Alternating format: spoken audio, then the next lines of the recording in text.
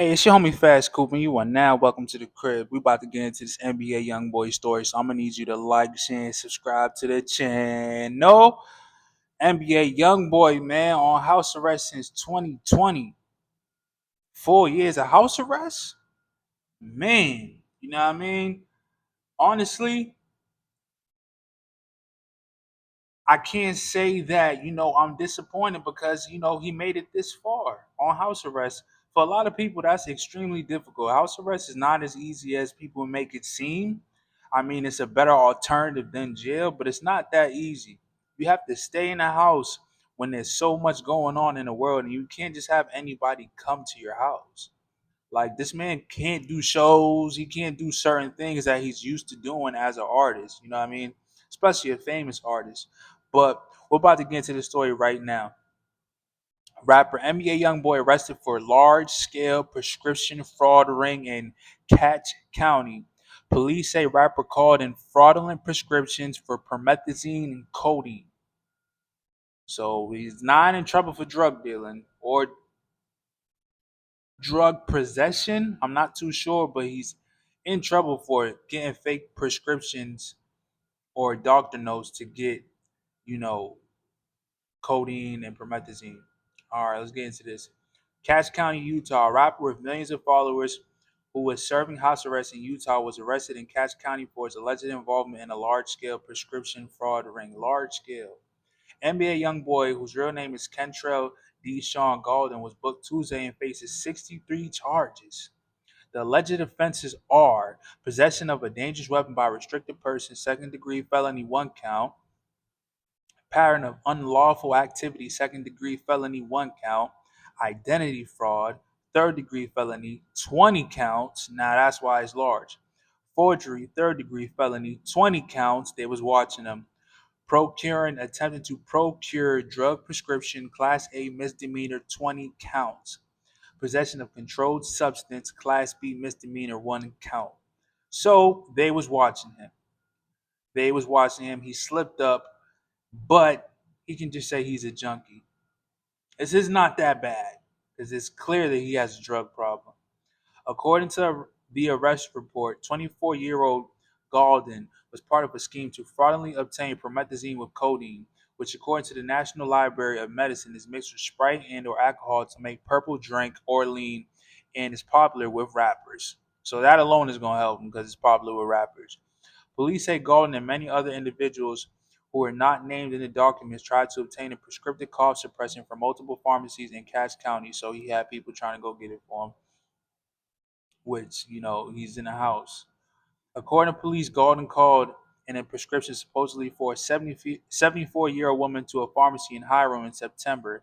They said he claimed to be a physician in the Provo area using the actual valid DEA number, NPI number, and other identification for the real physician. Now that's smart. The pharmacist noticed that the phone number did not match the number of said doctor's clinic, so they called the doctor directly. The doctor said he did not write a prescription for a woman by that name and added that this sort of thing happens several times today. Similar incidents occurred at other pharmacies in Cache County, and police said 2 women picked up the prescribed drugs during one instance. They were then detained as part of the investigation and later arrested for their alleged involvement in the prescription fraud ring. So pretty much, allegedly, he was sending girls to go get it. Police said the vehicle the woman arrived in to pick up the drugs was registered to Galden. Then later, his business manager contacted the sheriff's office about getting the vehicle out of impound. The officer asked to speak directly to Galden. While speaking to Galden, the arresting officer said he heard someone, possibly Galden, suggest asking about the prescription that they picked up. Oh, man. After investigating and learning of similar incidents of fraudulent prescriptions allegedly being called into various pharmacies, a search warrant for Gordon's home in Weber County was approved and then executed on Tuesday, so the judge granted it. The Cache County Sheriff's Office reported that multiple agencies, including the FBI, the Secret Service, and the Layton SWAT team, conducted the search on his residence. Police said Golden denied any knowledge of the prescription fraud, but they found a prescription bottle of promethazine in his home. This might be better than I thought, with the name of the patient on it that was allegedly called in fraudulently. They also said marijuana was found in a vehicle that was impounded, which was registered to Golden. They also found a gun inside his home, which he claimed belonged to his wife. However, court documents state that the gun was not in a secure location and in a place easily and frequently accessible by Golden, and he admitted to picking it up and moving it at one point. He was booked in Cass County Jail and denied bail. Reports indicate the rapper was in Utah under house arrest after he was accused of federal gun and other charges. Now the gun is gonna mess him up, man. Local media in Baton Rouge reported his lawyers argued that moving Golden to Utah would keep him out of trouble. In December 2023, a federal judge reportedly lessened Golden's house arrest conditions to allow him mental health treatments because he needed. And he's a mental health patient, man. You know, he definitely has some issues. I think that everybody can tell.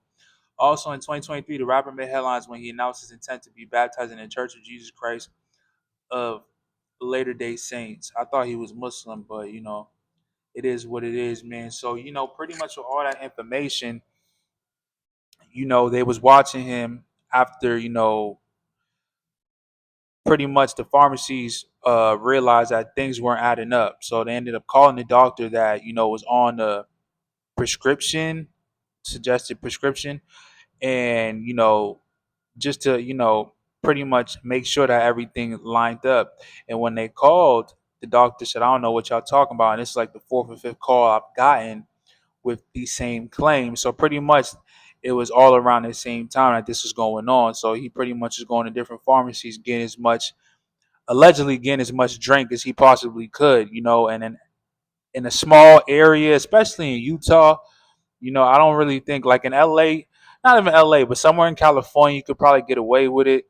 And maybe like a lot of people in California go all the way to Utah to try to get this, you know what I mean? Because California has a large market. So they might be already trained on that. And unfortunately, he thought that he's going to hit somewhere that was naive to that. But he actually hit somewhere that, you know, a lot of people who are in the codeine, promethazine business, you know, have already been familiar with those areas and already ran it up. You know what I'm saying? So it could have worked, but dang, maybe like in Montana or something, you know what I mean? But Utah, I be hearing, you know, Salt Lake City gets it in. So, you know, with all that being said, you know, this is unfortunate for Young Boy. Definitely got to, you know, make sure that you have the right people around you. And, you know, if you have an addiction, it's tough because you got the money, you the big dog, you call the shots. So it's like I really can't even tell him because he's just in the house all the time. You feel me? It's not like he has options. He's stuck in the house, and this kid's not used to that. He's an outside type guy, you know. So unfortunately, man, you know, I don't know, man. You know, this might be a blessing. It might be a curse. He might ended up, you know, catching a seizure and passing away. You never know, or you know, someone might have gave up the drop because everybody knew he was in Utah. So this might have actually saved his life. You feel me? Like for real, because everyone knew where he was at.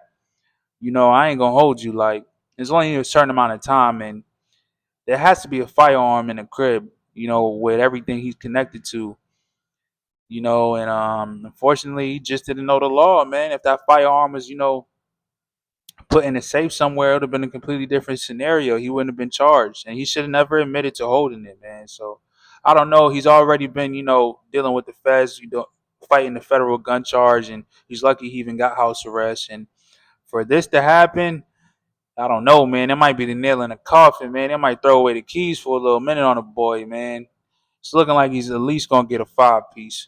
You feel me? If he gets out, I would be extremely surprised, man. So y'all let me know what y'all think in the comments, man. Free young boy first and foremost. And you know, yeah, man. It is what it is. The crib.